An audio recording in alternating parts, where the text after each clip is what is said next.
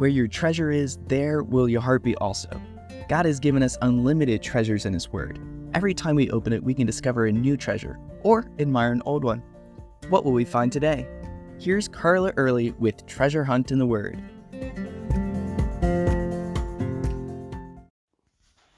Think about the last time you had a crisis in your life. If you'd known about it before, would you have tried to avoid it? If you'd avoided it, what would you have missed learning? As Paul made his way down the coast, his goal being Jerusalem, every stop he made, Christians would warn him that he would face persecution in Jerusalem. They begged him not to go. They wanted to keep him from suffering.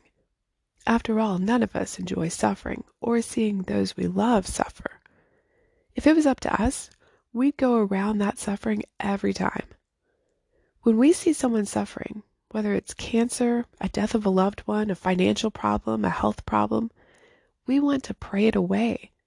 But God teaches us and matures us through suffering and trials. He refines us, not as silver is refined, but in the furnace of suffering. We shouldn't want to pray that away. A friend of mine broke her back in a car accident several years ago. I'd been praying for her. I knew it was painful, but I also knew the worst part for her would be laying in bed while everyone had to do things for her.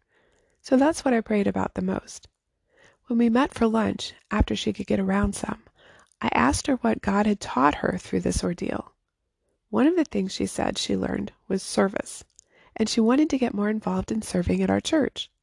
She ended up helping me that next year to get a Bible study started at our church, and now she's one of the main leaders of it. God uses everything in our lives, especially suffering, to grow us and expand His kingdom. So we don't want to waste the suffering or attempt to get around it somehow. In Acts 21, the Christians in Tyre and Caesarea had not learned this yet. They urged Paul not to go to Jerusalem. Here's Paul's response from verse 13. "What do you mean by weeping and breaking my heart? For I am ready not only to be bound, but also to die at Jerusalem for the name of the Lord Jesus." In other words, don't you think I'm ready to suffer for Jesus? It's God's will that I go, so I'll go. Paul was determined to obey what God had told him to do. I read this somewhere and wrote it down. Real obedience is a statement of love that values our relationship with God over what we want to do at any given moment. Let me read that again. Real obedience is a statement of love that values our relationship with God over what we want to do at any given moment.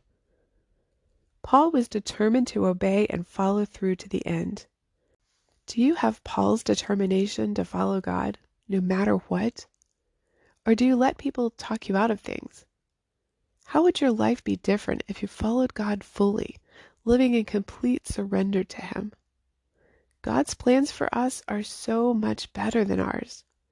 If you've read ahead in Acts, you know the trials Paul will have to face. But they bring him to Rome, and his converts are even in the house of Caesar. Imagine that. It's amazing what God can do with a heart that's fully surrendered to Him. You can contact us at treasurehuntintheword@gmail.com. We'd love to hear the treasures God has given you through His Word. You can listen to other episodes on our website, which you can find in the description below. Thank you for listening, and remember, where your treasure is, there will your heart be also.